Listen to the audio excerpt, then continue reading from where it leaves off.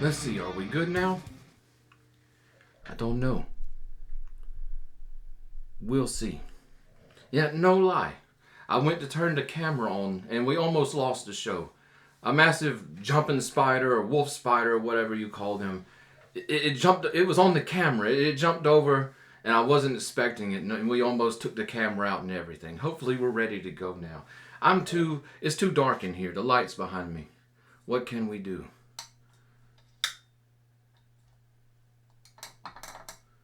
There, is that better? Oh, you can see me now? Turn it back off? You're gonna puke in your pants? I don't blame you. Welcome to the Random Encounters Show. I'm Deathstalker 5, coming in for I don't know what to call it. Yeah? Over the last couple of weeks, I have been dying to get on and do some table talk episodes. Or something. I've got a pile of stuff here in which to share with you guys and talk about gaming stuff, all just across the board, all kind of random stuff. So we're going to jump into that. I've got all kind of stuff to share with you. Yeah? Make sure you have something to drink, and I'll try my best not to share a massive burp with you, because lately I'm on a Diet Coke kick. I don't know why. I love the flavor of a Diet Coke. And I wanted some caffeine so we can make it through this show without me falling asleep at the helm. And I know Diet Coke's terrible for you. Yeah, it's terrible for you. It's, what is it, aspartame? It does something, it penetrates the brain-blood barrier, whatever that is. I'm not sure if I have one. Not sure if I really need it. It somehow gives you dementia or something. That would explain a lot of how things are going. You know, in this world, you know, dementia don't sound too bad, really. Who's not ready to tune out with the way the world's going? Yeah? Guys, it's, like I said, I've been trying to get on. I haven't. What's been going on? Life is swarming me from all directions.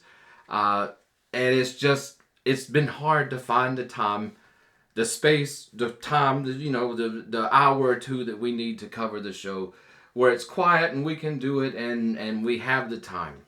I don't know what I'm trying to say. It's been hard to get on camera lately. So I said, I'm in the studio today. I'm working on some commission pieces and some project pieces for the show. I got to a point where I said, let's let some coats dry on the miniatures, and I can throw you guys on the workbench here, and you can come hang out in the studio with Deathstalker 5, and we'll do our thing. Yeah, because ain't nothing going to stop us forever. We're going to do our thing. People, I don't know, I announced in January that I was going to be moving toward being full-time for the show. I absolutely had, I have, in the present tense. And people, I think, some people thought I was going to be doing like 10, 15 videos a week. Yeah, that's not happening. Even I can't imagine getting on camera that much. I'm aiming for us to have, 1 to 3 episodes a week. That would be a great pace. And I'm going to do my best to try to keep up with that pace. But truly going full time, I have went full time, and it's back here, working in the studio. Because I have so many projects I want to bring to the camera, bring to the channel, so that we can put this thing into full gear. Show people what we're about with the solo RPGing, board gaming, etc. The reason that we haven't just dived off into that is because I want to dive into it with these projects. What are these projects? I'm not going to reveal a whole lot right now, because a lot of them, it'll be the first time you've ever seen anything like it on YouTube. And out there in the scope of YouTube, you got all these yahoos that if you talk about you're doing something, all of a sudden it's what they're doing. So no, we're just going to keep it under wraps for now. A lot of it has to do with gameplay.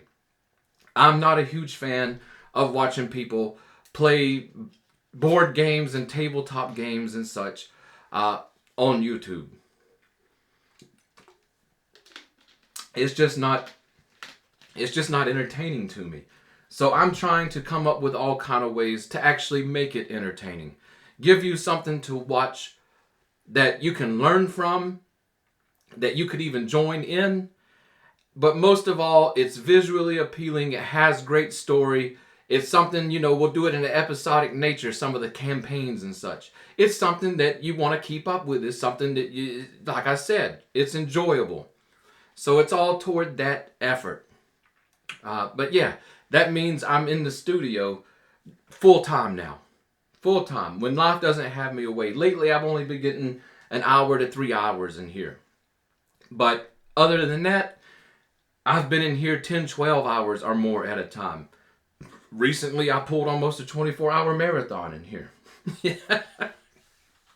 I'm determined to make all of this happen. Wild horses can't drag me away. And I've got to thank all of our subscribers. Those that have been around since the beginning and those that have joined in no matter when, even up until now.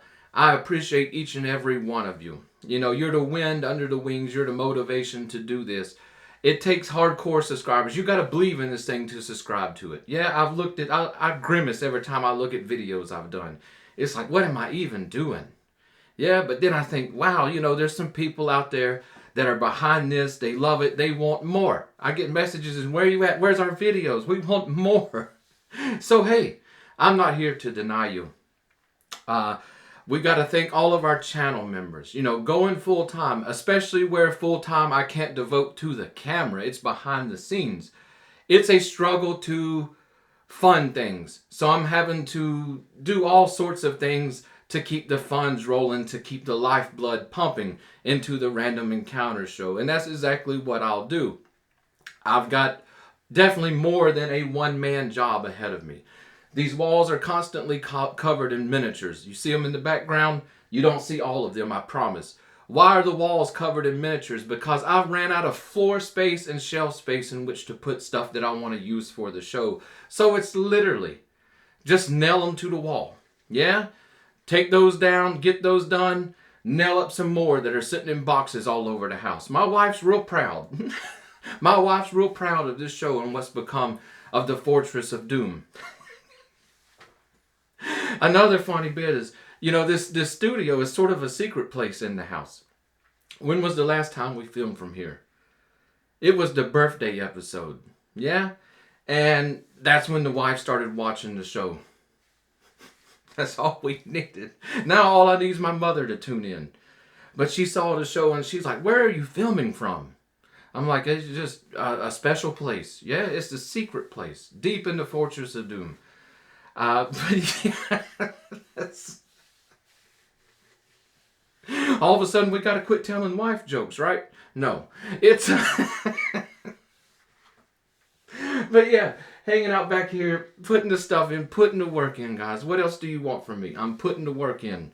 If I die before we make it somebody else... There goes the spider, by the way. I wonder if I can catch it. No. That thing is fast. That thing is fast. Look at what we put up with here. This is the Random Encounter show. This light's not doing so great. Anyways, spiders aside, it's what we do. Here lately, I'm just going to put this out here before we get into all things. We got to think, did we thank our channel members and such? Yes, we did. And we talked about funding. Guys, we're doing the commission painting. Our channel members are keeping us alive. And we've got so many people out there, like Dad Weston and such. They hit us with tips and stuff. What is it? Super thanks and stuff like that. It's amazing to me. And I hope I can reward everything that you guys help fund and put into this show. I hope I can come out with something that you're proud of. Yeah, I hope I can do something that I'm proud of, that we're all proud of. So yeah, I'm just a super humble person. I really don't even know how to accept things like tips and things like that, or even talk about them, other than you just get every bit of appreciation out of me, just straight from the heart. It means a heck of a lot that people believe in me, believe in the show and what we're doing, and especially this community. Guys, this community is killer. I'm blown away by the community. I'm meeting people every week. We've got our Discord up. We've got our Facebook group up. I meet people every week that I talk to them. And they're just like-minded. And it's like, wow, for somebody that's basically a recluse, I'm meeting so many new friends and interesting people that it's getting hard to keep up with. And I appreciate that. I appreciate each and everything you guys do. Every once in a while, I'll see where somebody shared one of our videos. The comments, the likes, everything, it just adds up. I appreciate it. Hey, if you can't do anything other than pray for us, I believe in that. I believe in the power of prayer. Hey, well, that might be the best thing you could possibly ever do. So it's just like I said, it's overwhelming to me. That's why I'm tripping all over words here. Other things going on around the Fortress of Doom though is guys, I don't know. I am fatter. I'm heavier. I weigh more than I've ever weighed in my life. It's embarrassing. Yeah? And people tell me, "Oh, it's just you're getting old. Your hair's falling out." Okay, that's obvious. That's been happening since I don't know, like I was 30. Hair's growing out of places that it should be forbidden it be grown out of. Oh my goodness. And then now it's like I'm putting on more weight than I ever have. And it's wild. So I've been getting up every day, going outside in the morning time and doing some walking, trying to get 2 miles in or so just in the morning time. And I tell you what, you can believe this for a fact. If you haven't tried it, you should. I think that is the best possible way to wake up. Especially for me. I hate waking up. Leave me in the bed. I don't know, forever. Yeah?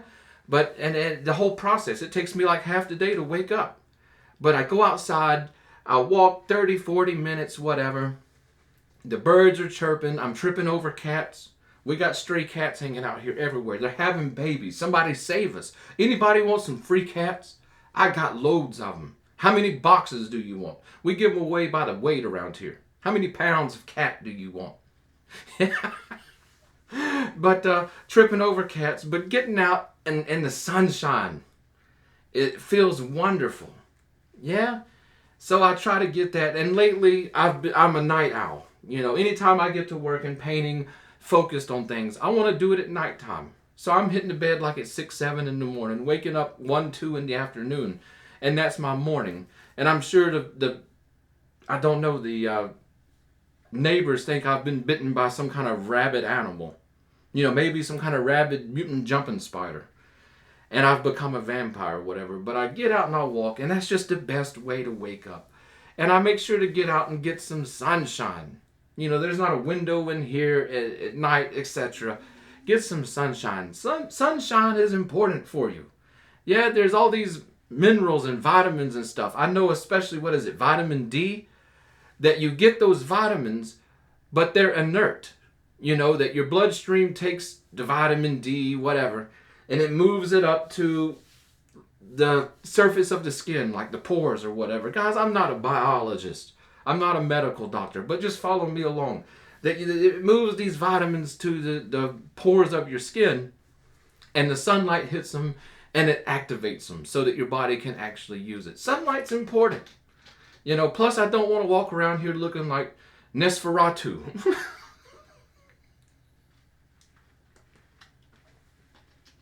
So yeah. But anyways, I'm putting on the weight. I can't seem to slow it down. Why does the camera keep going dark? I don't know. Everything's cursed today. I know why. We got something over here. It's a cursed object. It literally says so. We'll see that in a minute. But putting on weight.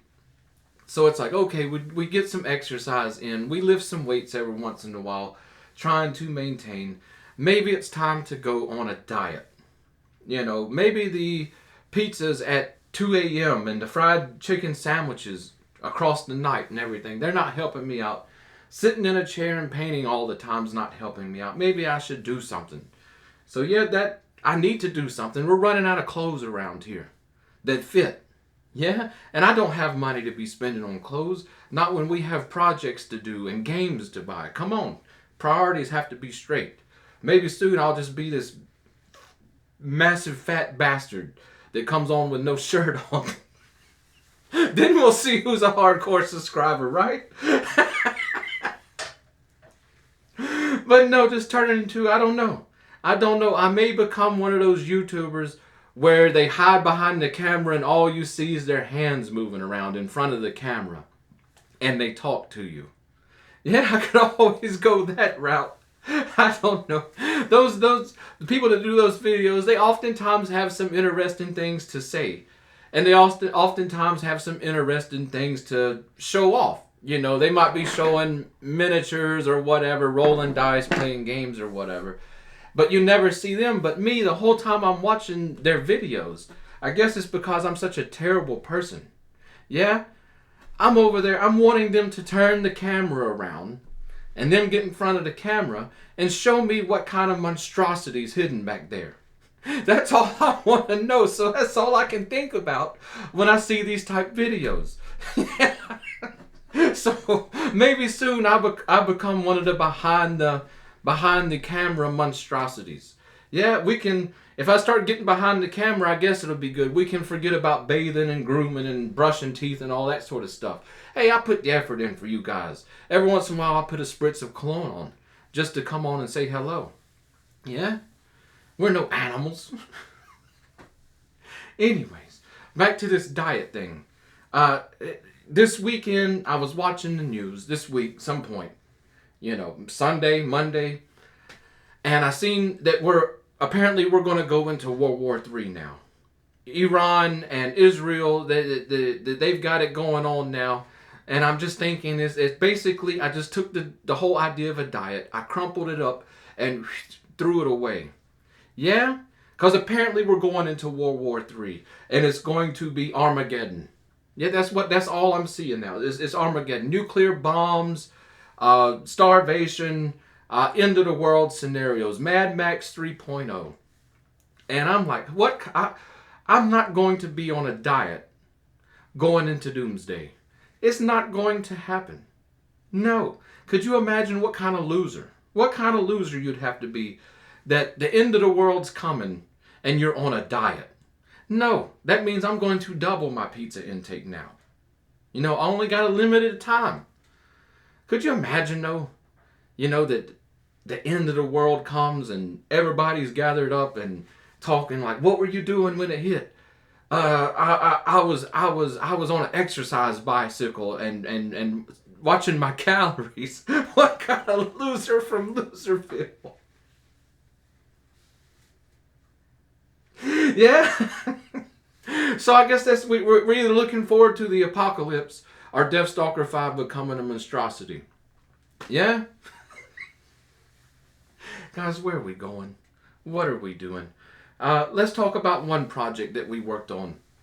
It was the Cthulhu Crisis Kickstarter. I did the video for Steve Crompton and crew. Yeah? And I wanted to talk about Cthulhu Crisis for a minute. I'm really excited about the Kickstarter and the release of Cthulhu Crisis. Why? Because a couple of years ago, Steve sent over a package to the show, and in that package was a comic book, Cthulhu Crisis issue number 1. Take a look at that cover. Yeah? There's the back cover. Now me, I'm normally not into comic books. When I say normally, that's pretty much ever. Yeah, when I was a kid, I was into monsters and things. D&D and such. I didn't cross over to comic books. Now, you know, let's just bring up a core memory here while I'm thinking about it.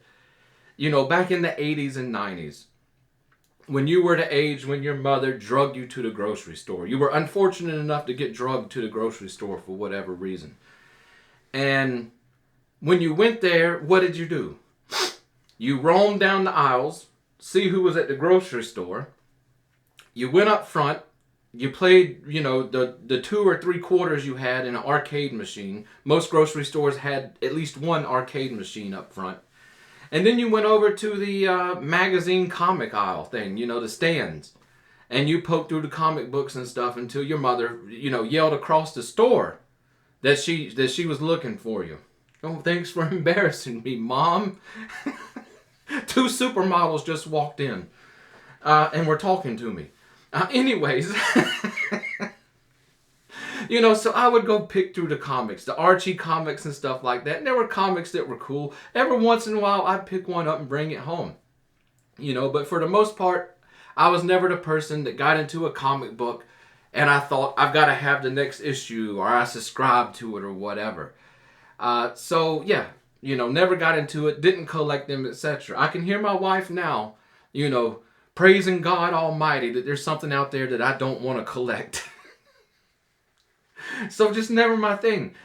So yeah, I can appreciate a good comic book though. Cthulhu Crisis was a great comic book.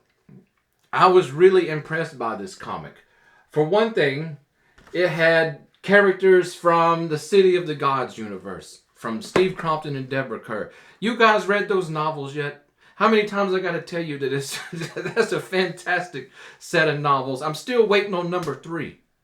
I'm still waiting on number 3 of those. But there's also comic books associated with that, as well as gaming material. You can find it on the back catalog of the channel somewhere. I've harped on them quite a bit because I love them. You know, I was very surprised by City of the Gods. But you got Demi the Demoness and you've got Vampiruni, and they're joined in by Erica America, which I believe is a character from Chris Perguidi. Yeah? So yeah, of course, coming from Steve, he's a legendary comic artist. He's been in the game a very long time, behind so many projects. I like the comic so much that I actually Googled and checked on eBay. Where can I get issue number 2, number 3? Where's this at? You know, the Lovecraftian elements and stuff. The story was decent. I said, I can get into this. But I never could find anything.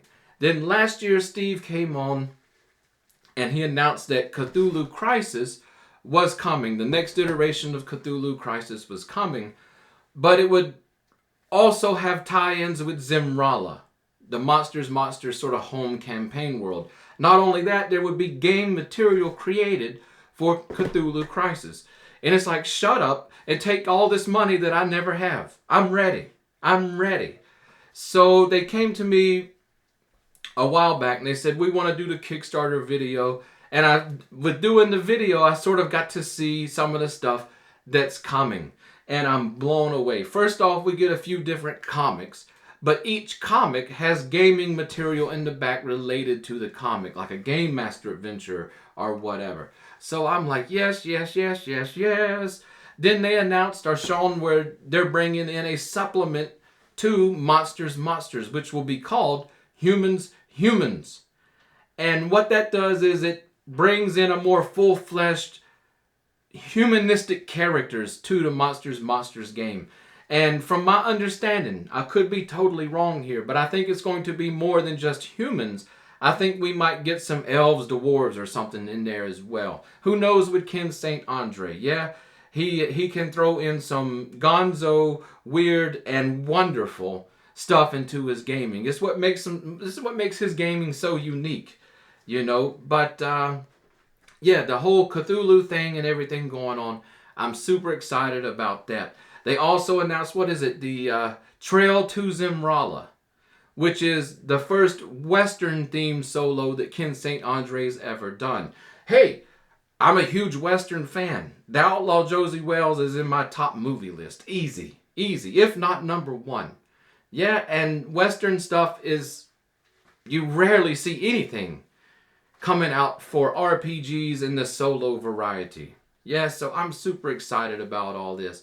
Guys, the Kickstarter's wrapping up. It's funded, but there's a heck of a lot more that can be unlocked. I'm going to put a link down below. Ken, Steve, this whole crew, Deborah, the whole crew that are surround these wonderful projects, they've been behind our show and our community since day 1. Yeah, I love the fact that we can go support them back. So yeah, Cthulhu Crisis, if you're a fan of comics, if you're a fan of gaming, Monsters, solos, etc., it has a plethora of stuff that should be desirable for you. Yeah? So, yeah, Cthulhu Crisis. I'm super excited about it. I can't wait to get my hands on it. I think they said it's going to have a release date of this summer, so quick turnaround time. And hey, look, I don't even like promoting Kickstarter stuff here on this channel. I'm not a Kickstarter user. You know, I've always been the person that, hey, once you get it off Kickstarter, if it interests me, I'll buy it retail. But here's the thing. With Steve and Ken, every Kickstarter that I've ever seen them do has over-delivered. It's over-delivered. Okay? I'm just giving you a heads up. It's over-delivered. The dice and stuff that's already been released, they look wonderful. So head on over there. Head on over there, support them, get some cool stuff for your support. What else do we have over here? I don't know. You guys want to... John, who, what's he call himself? The Grumpy Grognard. John Stolp, I call him the Dice Master. You know, he's been around gaming pretty much since D&D came out. And he knows a ton.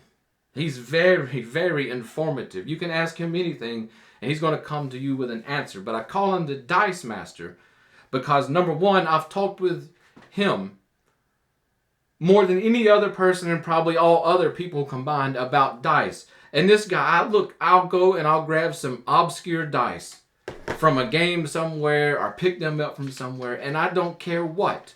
You can show him these dice and say, what are these? And he's coming back to you with the answer. These are whatever produced dice. And that set was released in 1981. You know, he knows the years of release and stuff. He's the Dice Master, even though he'll deny it every time.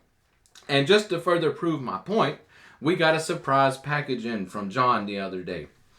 And it was, there was a note on the package, because dice. Yeah, so, but I wanted to open these up and show you the dice he sent over, because these are some amazing dice.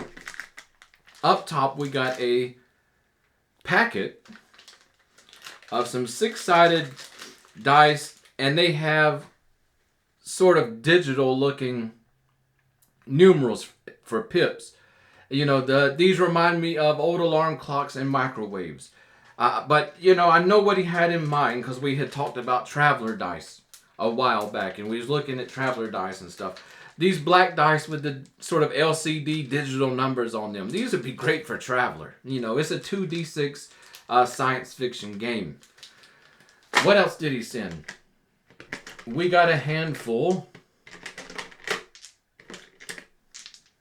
of some dice I've never seen before. Let's block out the facial tracking there.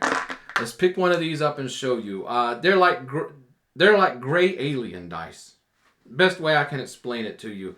And the pips, are what represent the numerals, are various alien things. I guess you could say you got an alien head for one, but you've got eyeballs of all sorts. You've got UFO vehicles.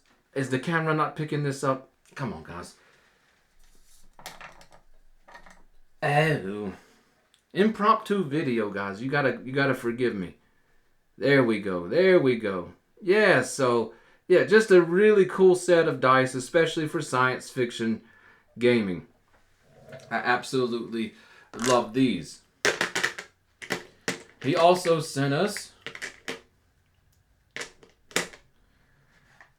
some of the best dice I've ever seen. What do you want me to tell you? He knows that I love old school video gaming. You know, Atari 2600, 7800, ColecoVision, Intellivision, everything up to the 16-bit era. You know, the 16-bit era, I think, is where gaming hit its top form. Why? Because with modern games, I feel like I have to put in hours worth of work in order to get the game really rolling. Yeah, I like games where just drop me into the game and let me go as soon as I hit the switch. Yeah? Anyways, he sent us over something from a company called 8-Bit Dice. Their official Taito licensed Space Invaders dice. Oh, look how... And each pip is one of the extraterrestrial invaders in the proper colors. This is awesome. This is awesome. On the back you get a pro tip for getting a high score on the arcade machine. These are absolutely awesome. I don't know what to say. I like these so much that I went and Googled the company, 8-Bit Dice. I think this was the only thing they produced. I couldn't find anything else like these. I said, where's my Centipede dice, my Galaga dice, my Double Dragon dice? You know, I need these in my life. So yeah, and I don't even want to take these out the packaging. The whole thing is like an experience. I absolutely love these though. These are awesome. Up next, what did we have? He sent us something called Disappointment dice. They come in this little brown bag. On the back, they are marked cursed. I told you we had some cursed objects in here today. It's shown from the lighting to jumping spiders. I don't know. What else you want me to tell you? Anyways, these cursed dice, I had to look these up because I was like, what the heck are these disappointment dice that are marked cursed? These are factory rejected dice. Yeah, like here's a D10. Let's see if we can get this on camera. It's actually got a skull in there, but the skull is off-centered from... Maybe I can just move my whole head. Will that help? The skull is off-centered, and also you'll see that they didn't ink all the sides. There's a D6, such as this one, that was the paint or the resin colors or whatever came out so that you can barely read the numerals.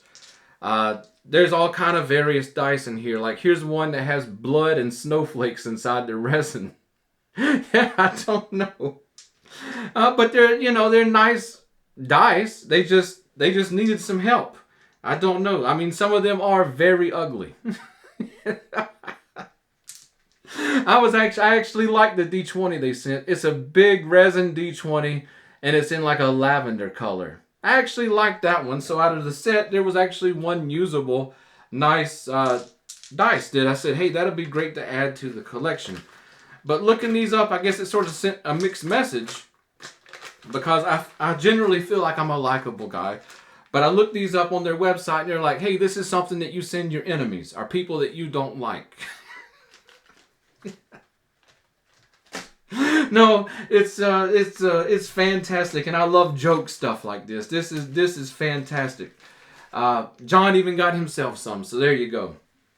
One other set of dice that he sent us. I guess it's a set. They're all D6.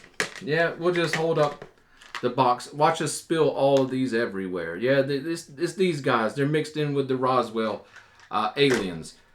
We'll show this one off here. Yeah. Maybe I should get off camera again, but each pip, or not pip, but all the numerals are nice and big and sort of digital looking.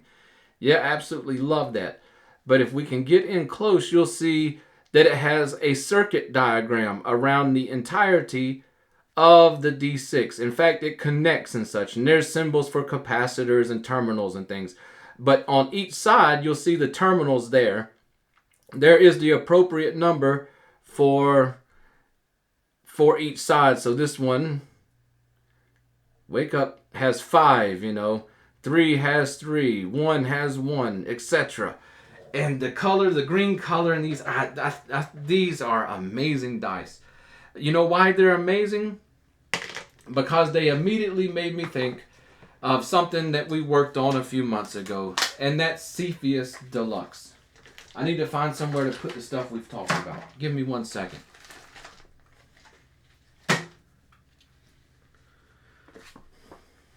We got a workbench full here.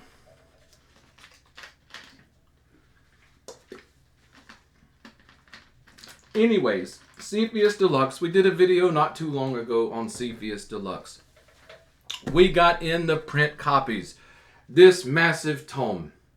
Yeah, Mongoose Publishing, eat your heart out, baby. Because here's a 2D6 Traveler style Cepheus engine science fiction role-playing game done right. One book has everything you're possibly going to need to run any kind of science fiction RPG on the table. Yeah, this was a massive project. I'm so glad I was able to be part of it. It's just a beautiful book. I love the layout and everything that we, Paul Elliott, he was the main guy behind this, and I was able to step in and help out. He updated some of the art for the print version. But like I said, as far as I know, this is the first time a 2D6 science fiction RPG has been published where you get everything you could possibly need inside one book. Unlike a lot of the other ones where there's a book for this, a vehicle book, and a spaceship book, and all this kind of stuff, it's all combined here, and he gives you all the tools you need in which you can build and create your own vehicles, spaceships, items, etc., including the whole universe. Yeah, everything you need. We also got in the player's handbook, or the player's book. Again, full color print. What this represents, and this was an idea I gave Paul. I said, print your main book. That's good for players and game masters alike. But if people form groups and they want to play Cepheus Universal, it might be smart to have a lower cost just book that has everything players are going to need. Yeah, because game masters will need all of this. But if you're just a player and somebody else is running it, you're going to get all you need out of here. As an added bonus, he also added in a new, well, not necessarily new, but new for Cepheus Universal. He added in the turn-by-turn creation of characters like you would find in the traditional Traveler game. In the main core rule book, he gave you various kinds of ways to create your characters. But I was really impressed, and I love the turn-by-turn creation, so I'm glad he brought it into full form here. Future episodes definitely upcoming where we're going to just take a deep dive into Cepheus Deluxe, or not Cepheus Deluxe. We've got that one on board too, from Stella Gamma Publishing. Another one of the Cepheus games that I love. But we're going to be devoting a lot to Cepheus Universal as well. Yeah, moving right along. Let's talk about Chaos Orc Superstore. I wear the shirt. I put in an order from Chaos Orc here last week, and we got our order in very promptly. Guys, I've talked about Chaos Orc before. He's been a dear friend of mine, a good friend, for over a decade. I've never met the guy. He's up in Penn State somewhere. I've never met the guy, but we talk pretty regularly online and stuff, and we actually met on a online RPG back in the early 2000s. Yeah, maybe well over a decade. Man, I'm getting old. It's 2024. Can you believe it? Anyways, I didn't know it at the time, but later we would find out because obviously we're going to be talking some hobby gaming. He says, hey, I have this store. I've been running this store, etc. I'm like, man, I've bought stuff from your store in the past, yeah? Anyways, he runs Chaos Orc Superstore. And yeah, we ordered in. We got a few things from him. But I wanted to say, hey, if you're a hobby gamer and you're looking for new stuff or old stuff, go check out his store, chaosorc.com. I'm going to put a link down below. Without him even being a personal friend of mine, I would highly recommend his store. Why? Because he's got some of the best prices around. You know, me, I order a lot of stuff from Amazon and eBay and such. I live out in the wilderness. We don't have a local gaming store. But even if I did, his prices are killing it. Even after I knew he owned the store and stuff, I would still accidentally buy things from him across eBay because the prices were so good. I just didn't think to look at the seller. It was him. So yeah, and his shipping's super fast. It's beating Amazon Prime even when I've ordered from the Amazon and Chaos Orc at the same time. Anyways, we got in a box of Warhammer Old World Bretonnian Knights. Yeah? This stuff can be sort of hard to get your hands on here lately, but it only goes to prove something I've been saying. That's when Games Workshop killed the fantasy world and brought out Age of Sigmar. It was a fatal mistake, at least for this gamer. At that point, I was done with Games Workshop. I never got into 40K, so I didn't have that to fall back on, but I was done with Games Workshop at that point. Why? Because I think it was a fatal mistake overall. I know I'm not the only one. But they took a world that they had developed for decades, that there was a myriad of games out there that were based in this world, from their fantasy battle games to Talisman to Hero Quest to all sorts of board games, Mordheim, etc. There's novels. Heck, there's even music. Well, I think the music's 40K. What was it? Bolt Thrower was their band. Games Workshop had a recording studio at some point. But we had video games, etc.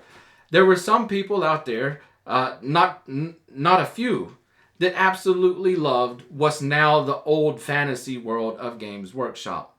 And they completely killed it off in one stroke. And I think that was just a bad mistake. Yeah, I think it was a mistake. And this sort of starting to prove it was a mistake. Because this old hammer, or not old hammer, that's what we call the old editions of Warhammer. But this old world, the products, they're being sold out left and right. You're lucky if you can get your hands on anything. Forget the rule book. It's been sold out since basically day one. Forget it. And it's not that Games Workshop is producing this stuff in limited quantities. They just can't produce it fast enough. Yeah, and that's what I was talking about, the mistake. That they could have had Age of Sigmar come out and then still supported the players that wanted to stay into the old fantasy Warhammer world. Maybe it didn't mean anything but releasing a few sets of things each year. Just stuff to keep the game alive. Why? Because you go on social media, Facebook and such. Look it up, Old Hammer, etc. You're going to see group after group of people trying to keep their games alive, even though Games Workshop decided it should die. Yeah, you can go to any edition of Warhammer Fantasy Battles, etc., and you're going to find a dedicated group of hobbyists still keeping it alive. That was an entire market they've missed out on. Yeah, it's true. And I've got some, maybe the Games Workshop CEO, whoever they are, heard me ranting about this at some point. I don't know. But if they're watching this video, I'm going to give you another big suggestion. Yeah, that it's okay that you reproduce, you've produced the old world as a rule book. I don't know what that rule book entails. I don't care. I'm going to tell you what you need to do right now. Yeah? You need to get 6th edition Warhammer Fantasy Battles back in print. Our books are falling apart. Universally, I Googled this. Yeah? Universally, and if not universally, at least to me, Warhammer 6th edition was the greatest iteration of the Warhammer Fantasy Battle Rules ever published. Yeah, our books are falling apart. Bring that back. Bring it back. Yeah, pay whoever you got to pay. Put it back into print. I'm more than happy to purchase. Yeah, my favorite set of those rules by far. If you want to go even further, do a limited run of the 1st edition rules for, the collectors and the curious and such. Maybe every couple of years do a different edition. Some 3rd edition, some 4th edition, whatever. But 6th edition, that needs to be the main core rule book for in publication for buying these. Why? Because most all these sets, they're using the masters from the classic molds or whatever. I was reading the thing about it. For the molds that they don't have, from the sets they don't have, they have people that are building new masters for production, sculpts and things that are based on the old stuff. So yeah, this is miraculously, that they got their head out of their ass, and they're starting to give us what a lot of us actually want. Yeah? So to the old world, baby, to the old world. What else did we get from Chaos Order? We're not going to show a ton of this off. This is a bag here of bits. But I ordered, I believe these are 4th edition. I got them falling apart everywhere. This one, he's sort of whole. He fell off the base. Can we get some light, please? 4th edition Bretonnian Knights. Yeah? As we spill them all everywhere in the floor. Yeah, we got a box full of them. Somebody had started painting, didn't finish. I grabbed those from Chaos Orc. It's like, come on, I've got to have those. We can strip them down, repaint them, etc. All this stuff's going from one of the projects that we're going to be doing here on the show. Anyways, absolutely love getting that. The Bretonnian Knight stuff is really fun for me to get.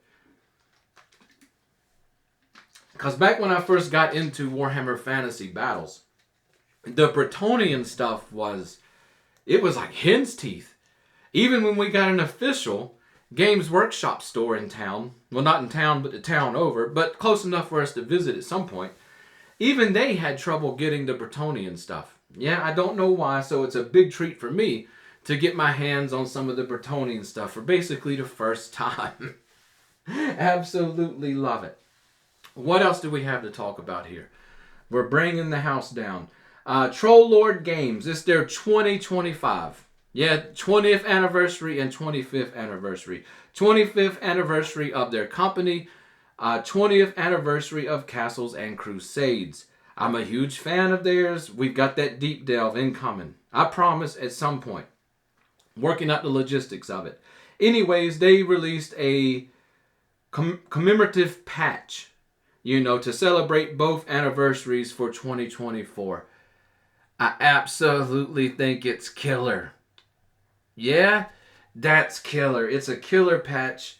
It makes me want to redo my battle jacket. Yeah, not going to lie. I lost my battle jacket in 2016. I got married, the wife moved in, and apparently a bunch of stuff got donated against my will, or without my knowledge anyway. And the battle jacket, of course, was one of those things. She took a look at that and she knew she had to get rid of it. Yeah, that was a chick magnet. It's got to go. We can't have him wearing that out here. Yeah, so anyways, now I'm seriously contemplating that I want to redo my battle jacket. Instead of leather like I've done, I'll probably do it in denim. But that means we got to track down some band patches. Or if I do denim, maybe I'll do it like we used to do back in the day. And we, take acrylic paint and do one of our favorite album covers on it or something. I don't know. Could you imagine an album, painting on Somewhere in Time, one of my favorite albums, Iron Maiden, Somewhere in Time, with the, I don't know, it's very Blade Runner to me. I know there's always going to be a glare. Very Blade Runner looking to me, though, with sort of the cyborg and dystopian looking stuff going on the covers. Oh, that would be killer. I don't know. Power Slave might be killer. Oh, Screaming for Vengeance jacket. I don't know. We're getting off the rails. But we may redo a battle jacket. But this would definitely be going on, along with some other gaming patches and stuff. We'll see. We need more projects. Right? Everywhere I look, I see a project that we could do. Just don't have enough time. What else do we have going on? Cyber Cowboy 13. He got behind the show early on. He's a very good friend of mine. I talk to him all the time. He's been getting deep into 3D printing. He sent us a massive box of stuff over for the holiday special. Got some of that up on the paint bench now. But I had sort of an emergency from one of our commission works, and I said, do you happen to have any of those texture rollers? The files for those. If you do, I could really use them. He says, what you need? I said, cobblestone. I got somebody that's needing cobblestone bases, customized cobblestone bases. That's what they want. I said, I can roll these through some green stuff and make them happen. He says, I've got them. I'll send them over. So he sent us over. This is what I'm talking about, these rollers like this. I haven't had a chance to fine detail clean these just yet. You can see they still got supports on the inside. But these rollers, what you do is you lay them down on whatever. You can do it on XPS foam. You can do it on green stuff. Just about everything. You put these down and you roll them, and it picks up the texture details onto the medium. And I think that if you knock the supports out, that you can put a dowel through these or something and roll them. But he actually sent us quite a few. We've got one, the 3 other ones. He sent us 4. They're brickworks. Different styles of bricks. Maybe get you a little detail in there so you can see. Different styles of brickwork and such. So yeah, with the terrain building and stuff, David, we owe you a huge thanks here because this is going to make life a lot easier on Deathstalker 5 as he goes along. What else are we doing here? Oh, have we talked about Walmart lately? How long are we in here for? Jeez Louise, 50 minutes? Okay. Have we talked about Walmart lately? What a horrendous place to go with the most miserable people you've ever seen in your life. Yeah, anyways, we do Walmart. It's like our closest thing we have to a grocery store and such. We do Walmart, and it's always such a thrill for me to go to see just see what kind of weirdos and freakazoids are going to be in Walmart. It never disappoints. I said I can make a whole YouTube channel where I'll walk around with nothing but my phone and film the things that I see in Walmart. Some of them pretty much unbelievable.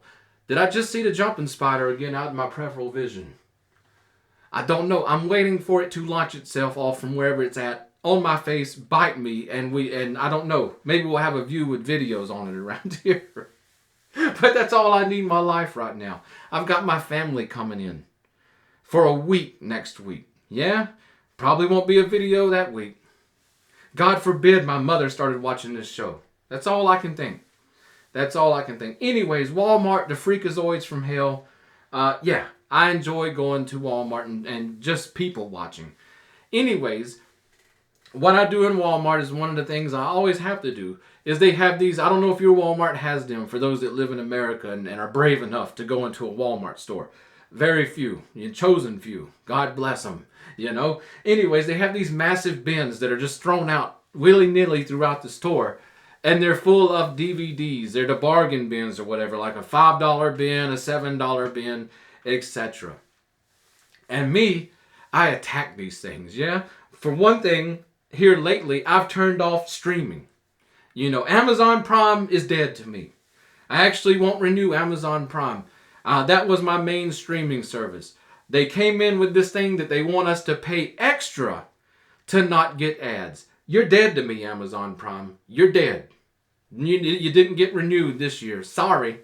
But that's just too far for me. Plus Tubi. I watch a lot of Tubi. That's the only streaming service we got now.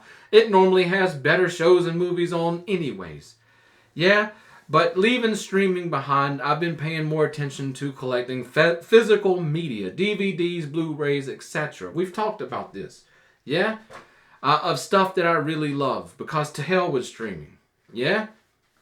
Anyways, I never really expect to find much, but I dig through because I'm such a weirdo, but I dig through these Walmart bins. I look like a homeless man that you told, I don't know, there's a bag of crack at the bottom of this dumpster. I'm just digging through. I'm searching. I'm looking. Anyways, the last time we were in, I actually found something, and I couldn't believe I had found it. It was something I've been looking for a long time, years probably, but I wasn't paying no $50-$60 for a DVD. Wasn't going to do it. But it was John Carpenter's They Live. What a movie. Roddy Piper. What a movie. I love this movie. I love this movie. It always surprises me how many people I speak to that tell me they've never watched They Live. It is a must watch. Listen to Deathstalker 5. It's a must watch. There's so many good one-liners in the movie. Chewing gum and kicking ass. You know what I mean? But this was it. And John Carpenter, can we get some appreciation for John Carpenter? I've looked for his collection. It seems like somebody would have put together a collection of John Carpenter films. Because yes, he did horror movies. He also did science fiction, etc. We just got done watching The Thing. My wife says she'd never seen The Thing. And apparently she wishes she never had.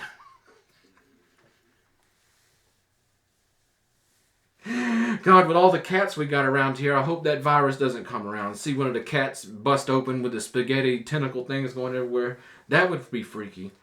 Anyways, John Carpenter, there's not a collection that I can find of his movies. There should be. He's done some awesome work.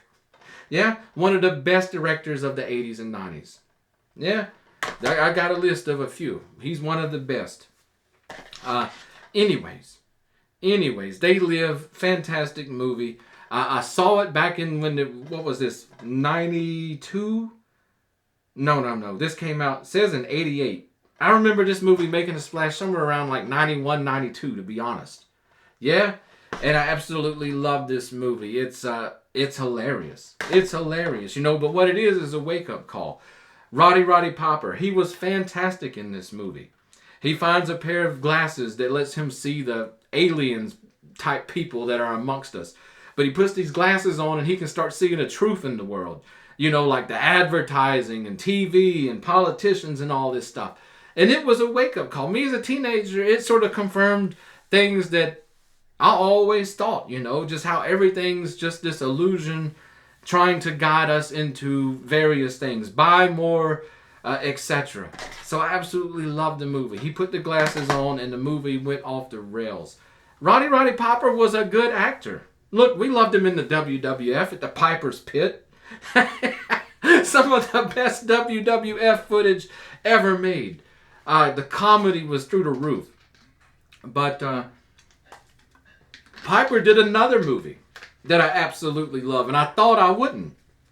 Hell Comes to Frogtown, baby. What is Hell Comes to Frogtown? Another one you need to check out. I did see that one was on Tubi. You can't find They Live anywhere. The world elite don't want you to know about this movie. Alex Jones got his start on this movie. In fact, there he is on the back cover. Yeah. No, but seriously, Hell Comes to Frogtown is another one of Roddy Piper's movies. You gotta go check it out. Roddy Piper is the last male on Earth that is not sterile. That some kind of nuclear holocaust has happened and his reproductive glands are intact. So these Amazonian women, they capture him and take him prisoner for their breeding program.